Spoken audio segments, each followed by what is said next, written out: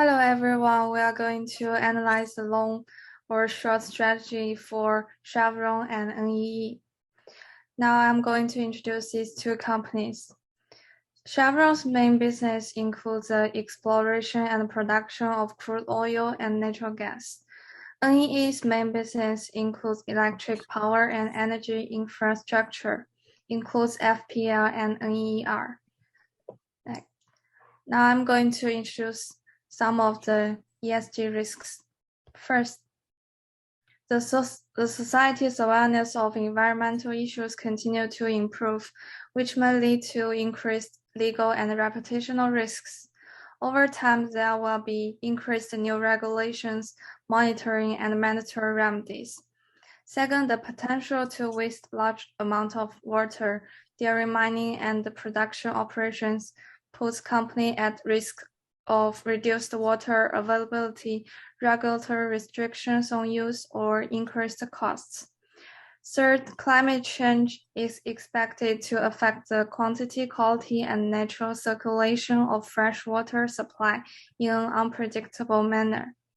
Lastly, with the global low carbon model, companies that do not manage their carbon risks or are not consistent with the low carbon business model will face more regulatory framework risks and operating costs.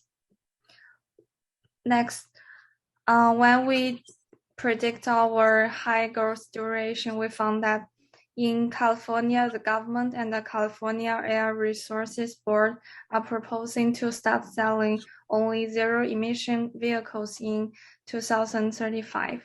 Also, Biden has released an infrastructure proposal including a goal of 100% carbon-free electricity by 2035.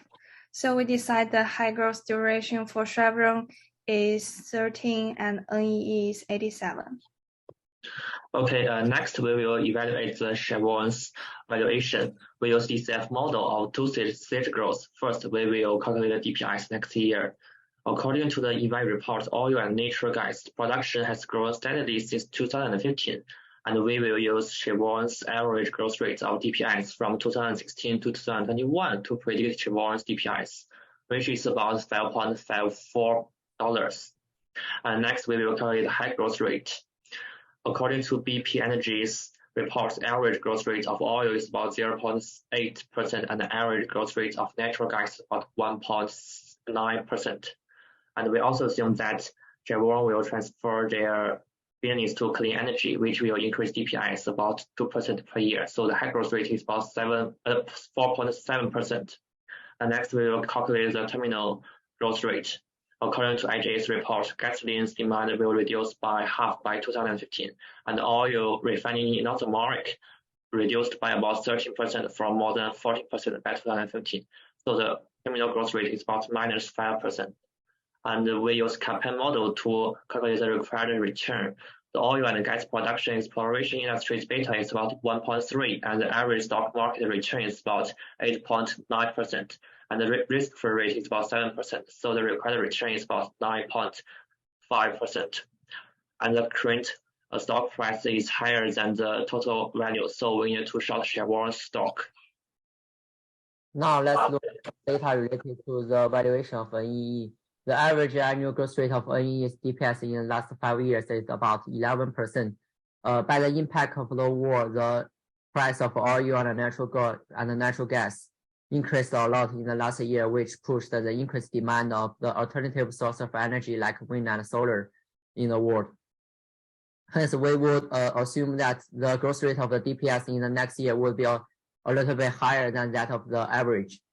By calculation, the DPS next year will be $2. We assume that the terminal growth rate of NEE is equal to the average growth rate of the revenue of the electricity industry in the United States in the last 10 years. And the high growth rate of NEE is about 10%, which is equal to the compounded average growth rate of global renewable electricity from 2020 to 2026.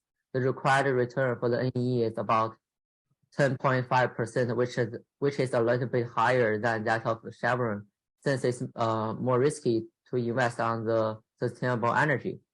Finally, we get the fair value of the NEE is about $157 per share, which is much higher than the stock price today. So our recommendation for the NE is to buy. That's all about our presentation. Thank you.